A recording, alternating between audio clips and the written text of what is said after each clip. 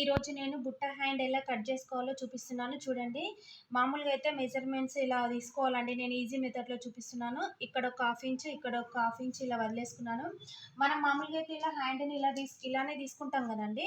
కానీ స్టార్టింగ్ మనము ఇక్కడ ఓపెన్స్ ఇలా పెట్టేసుకొని క్లోజ్ ఇక్కడ ఉంది. నేను ఒక 4 ఇంచెస్ అలా తీసేసుకున్నాను. 4 ఇంచెస్ తీసుకున్న తర్వాత ఇక్కడ నుండి మనం ఈ మెజర్మెంట్ తీసుకోవాలి.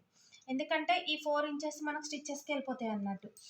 మనము ఇక్కడ చూడండి, ఇగో ఈ చంక రౌండ్ 7 ఇంచెస్ ఉందా, ఇక్కడ నుండి మనం 7 ఇంచెస్ ఇలా పెట్టుకోవాలి. ఇక్కడ ఒక 2.5 ఇంచ్ డౌన్ పెట్టేసుకొని మనకు ఇది రౌండ్గా రావాలి అని అనుకుంటే దీంతో ఇలా తీసేసుకుంటే హ్యాండ్కి ఇక్కడ నుండి ఇక్కడికి మనం ఇలా మెజర్మెంట్స్ పెట్టుకొని ఒక 2 ఇంచెస్ వరకు ఇలా పెట్టేసుకుంటే మనకు హ్యాండ్ కటింగ్ అనేది అయిపోతుందండి. ఇది ఈజీ వేలో ఉంటుంది.